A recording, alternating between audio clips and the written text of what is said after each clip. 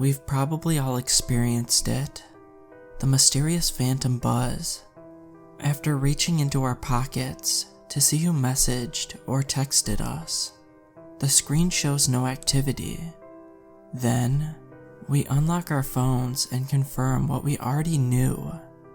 No one contacted us, and yet we definitely felt the familiar pulsation of a phone notification against our thigh. Some might chalk it up to the very quirky nature of electronic devices. Others may think the phantom vibrations are just due to the overactive imagination of the digital generation. Have you ever wondered what causes it? A research group in the south of England conducted a series of experiments to see if they could figure out what was behind the phenomena. They examined the many properties of electromagnetic waves, Bluetooth interference, and even the offhand possibility of sunspot activity being the cause. Nothing scientifically obvious could be linked to the familiar, disquieting sensation. They even considered the possibility of it being psychologically based, but came up empty-handed. It was deemed to be too widespread to be an imaginary affliction shared by so many. With the volunteers sitting around, waiting for it to occur, it tended to render all their research data void. Trying to force these unpredictable experiences to take place on cue was no way to conduct a valid, peer-based study. The subjects were encouraged to be completely honest and objective. They were only to report instances of real, phantom buzz experiences. Reinforcing the maxim would hopefully cut down drastically on the number of false positives. In the scientific testing world, there are always a number of volunteers who are so anxious to help that they over-report things, all to have a more personal impact in the study. The researchers wanted to ensure there were no rewards or incentives to offer false testimony. Participants received the same stipend whether they reported 15 incidences or none. After running down a long list of potential causes and eliminating all of them, the researchers began to entertain less conventional, highly unorthodox ideas. They recorded the appropriate time and location of each event for cross-examination. Researchers scoured the internet for possible connections, but made little headway until a fledgling researcher stumbled across a very curious coincidence. On a number of phantom buzz incidents, there was corresponding data in a very unlikely place: the city morgue. Official records showed the time of death for a number of individuals inside the city limits to be within 2 minutes of the buzz phenomenon. The young researcher didn't know what to do with the information. She wanted to be taken seriously by her superiors, but they had encouraged everyone to share all anomalies, no matter how coincidental. At the morning meeting, she elected to approach the subject with levity. Before anyone recommends that I join the psychic hotline, I just want to point out that what I'm about to say is purely in the spirit of full disclosure. I've noticed that a significant number of the phantom buzz events roughly corresponds with, deaths recorded at Metropolitan Morgue. A number of her peers grinned at her cheeky pun. It was a clever way of introducing questionable and highly unscientific ideas to the meeting. Before the crowd could turn on her, she quickly added, "I'm not saying Grandma was trying to text our volunteers one last time. I'm only reporting a significant number of timeline crossovers to the events. I'll let our esteemed members decide what to do, if anything, with the data." Several of the esteemed scientists laughed at the preposterous idea. The young researcher instantly regretted divulging the psychic connection, but one of the lead researchers stood up for her. People, we asked for our team members to bring us everything. Everything. That's what Miss Thorne has done. When all the obvious things fail to line up, you look at what is left. That's the scientific way. There could be a logical explanation for these unusual tie-ins she has uncovered. Let's try to keep an open mind, shall we? Astrid was very grateful for the authoritative reprieve. She wasn't looking forward to being teased mercilessly by her peers. A mid-level researcher on the team came to her desk to collect the data. What might have otherwise been tossed in the rubbish bin was actually treated with some level of consideration. It was refreshing to be supported for a change. What the next tier researchers found was a bit more disconcerting. By expanding search parameters to include deaths from nearby towns and cities, the number of linkable events skyrocketed. The scientific purists amongst the team were deeply offended that anyone in their field would try to draw a connection between those seemingly disparted things. They dismissed the aligned events as pure coincidence. After all, people died all the time. It didn't take much to fuse any two unrelated things if you tried hard enough. Another more open-minded group within the team found the potential connection compelling.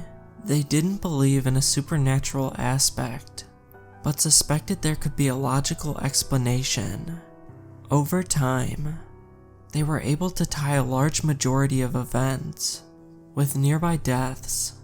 It was enough to be a possible connection, but not enough to know what it might mean. One of the volunteers reported a new phantom bug on their iPhone, and the team sprang into action. It was the first such incident after the controversial new theory had been put forth. 2 hours passed before the next official medical report was filed. It placed the time of death at the exact same minute as the most recent phantom buzz incident. Tongues started wagging as each new report seemed to reinforce the disturbing connection more. Meanwhile, the hardcore doubters on the staff grew increasingly irate. The whole research team was becoming completely polarized as the study continued. A cellular network expert was brought in to shine some light on the bizarre proceedings. Data collected from area mobile service providers did show compelling evidence of an unknown energy source disrupting their network coverage. Tower data showed an immediate, unexplained pulse after each of the official death reports. The phantom pulses were overlooked by the service providers because they didn't damage any equipment and were not associated with known mobile transmissions. After the network specialists were brought up to speed, they were able to trace the vector of the unknown signals. They confirmed that in all tested cases, they originated from the nearest tower to the deceased, and then went directly to the volunteer's mobile phone. It was a huge scientific milestone. Quantifiable proof now existed of a possible link between the passing of an individual and the odd sensation that manifested itself through their electronic phones. The sensation itself was real. Unknown signals did really buzz individuals for unknown reasons, proving there was a direct link between the pulses and the death of a nearby human being was going to be a far more difficult task. Even the most outspoken critics of the idea began to backpedal slightly as each new revelation was brought to light, with it proven empirically that unknown signals were emitting from cell towers and traveling to the cell phones in question. It was hard to deny. Even the most atheistic members of the science community accepted that some form of energy was contained within the human body. It made sense that whatever that life force was, it left the body at the final moments of death. These skeptics adjusted their focus from denial of the possibility to theories of why the phantom buzz occurred at all. They weren't prepared to entertain superstitious notions that the dead were trying to communicate with the living through radio frequencies. They pursued a running theory that human life force is inanimated and is accidentally captured by cellular band waves that they were willing to accept as possible. But even that was a bit of a stretch to them. The study itself had already been an unprecedented success. They had proven that the phantom buzz experienced by tens of millions of people worldwide wasn't imaginary. It is a real psychological reaction to an unknown pulse of energy pinging their phones. As exciting as it was to discover, it opened up a whole new can of worms. What was the source of the rogue signals? Were they deliberate messages sent by the newly dead? Or was it just a coincidental, involuntary aspect of the dying process? Documented deaths near the towers, at the same moment the signals were sent, was compelling, but not proof of a deliberate act of communication. Were these mysterious bursts of energy valid proof of the life force leaving the body of the dead? Or was that just a coincidence too? The greater question was whether it was a deliberate attempt by the dead to communicate through the use of modern electronics. Many believe the phenomena was just random energy being magnetically drawn to the nearby cellular technology. It would be a monumental task to prove or disprove either theory. Are there any biological or family links between those who have died and the recipients of the phantom signals?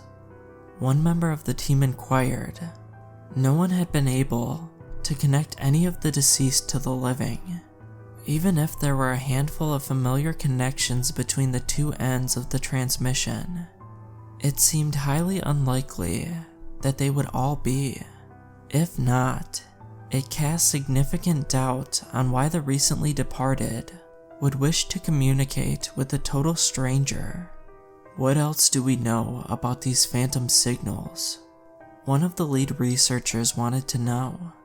No matter how insignificant it might seem, it could prove helpful in our investigation. A young man named Nathan Tolley spoke up near the back of the room. Our disgruntled ghosts prefer to use the older CDMA technology, it would appear, he offered. There was a brief, uncomfortable pause in the conference room, followed by a chorus of nervous snickers. The lead researcher raised an eyebrow and asked for clarification.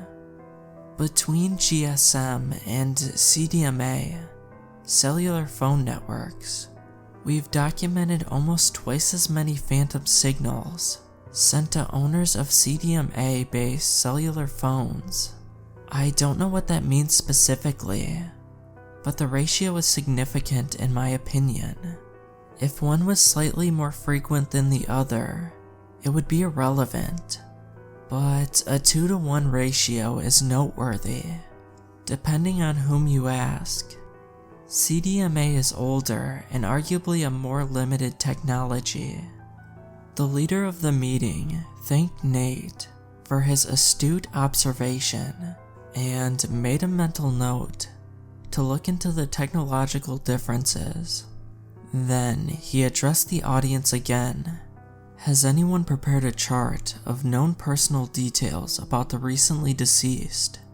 We need to compare gender, the type of phone network contacted, and so forth. For all we know, CDMA-based signals may always correspond with recently deceased gentlemen, whereas GSM signals may always connect with ladies who passed away. Maybe it's gender specific, or a preferential wavelength associated with unique radio frequency factors. I don't know what the answer is to this mystery.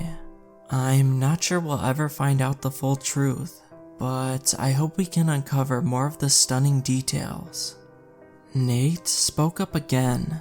Since we've reached a point where we accept that the phantom signals originate from cell towers, perhaps we should expand our scope of experts. They have no natural origin we can trace, correct? We've been working under the uncomfortable assumption that it somehow has an unknown link to the recently deceased. I realize this is anathema to science, but we aren't far from admitting that hypothesis. Why not bring in a paranormal expert to offer another viewpoint? A large portion of the team gasped in unison. Parapsychology was the academic equivalent of consulting a fortune teller.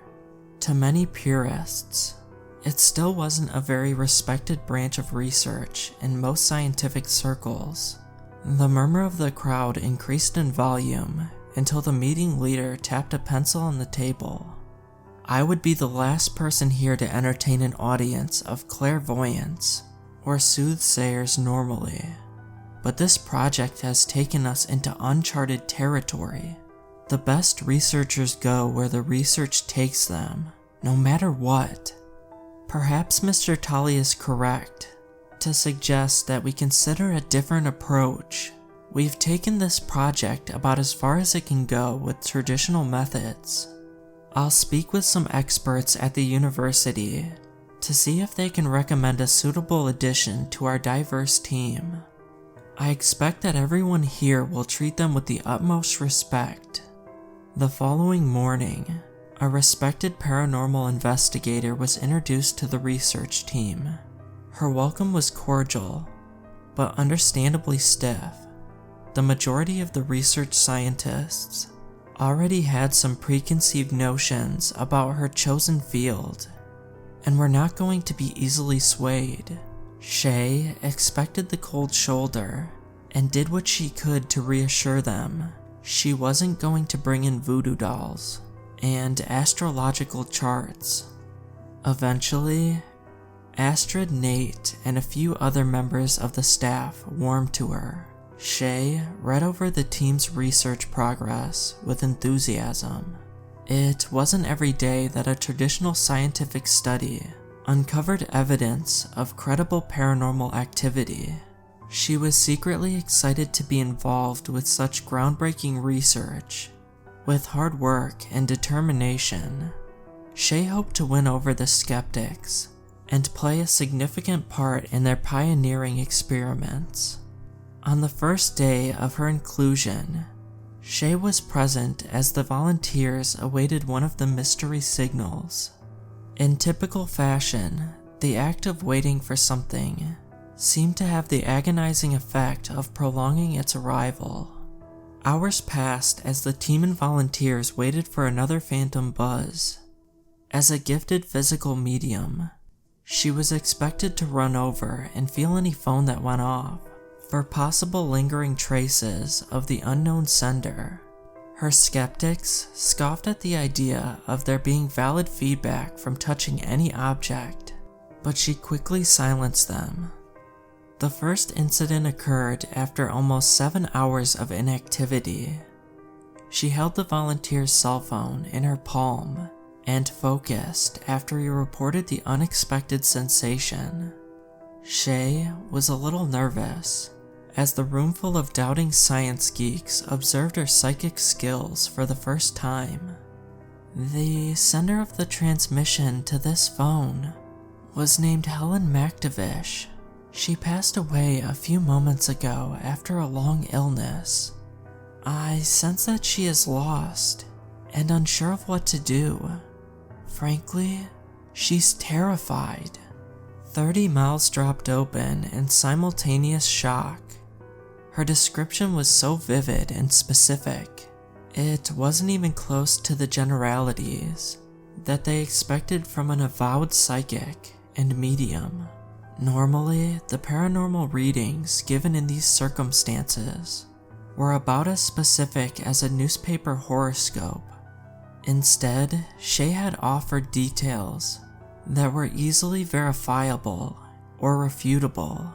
It was a very refreshing level of opacity in a field ordinarily known for its mystique.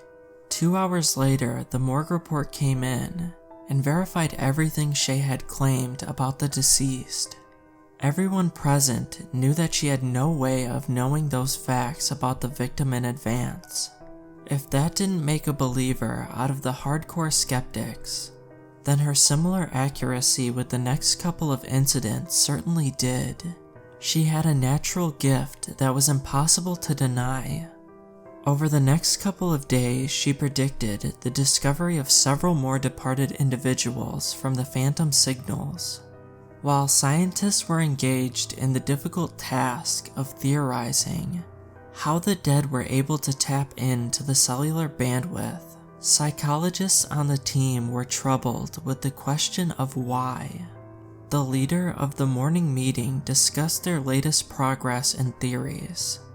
There was a call for input from the team members. Nate raised his hand. "This isn't primary school, Mr. Tolley. Just speak your mind." Nate sheepishly lowered his hand and spoke. "We've spent so much time focused on proving the link between the recently departed and these phantom signals that we seem to have neglected a more important question. That being, why are these restless souls contacting strangers? Do they want to unburden their sins like a last confession? Wouldn't they rather communicate with their loved ones? Unless it's like an unmanned telephone switchboard, where there is no choice with whom they are connected. It doesn't make any sense why they have been reaching out to total strangers. Also, this phenomena has never resulted in any two-way contact. I think we need to focus more on those areas of thought." Very valid point, Nate. Perhaps Miss Grafton can offer more insight on those pertinent questions. She is our very gifted paranormal expert after all. Shay, what do you say? She was greatly startled at being put on the spot. It was a sensitive area she was trying to avoid, but the moment had finally arrived. There was no longer any more putting off the chilling truth. Your earlier observation about the strangeness of their transmissions always coming to total strangers is a very valid one. She began in earnest. They aren't hoping to communicate with any of us. They're trying, unsuccessfully so far, to find a way to trade places with the living. It's only a matter of time.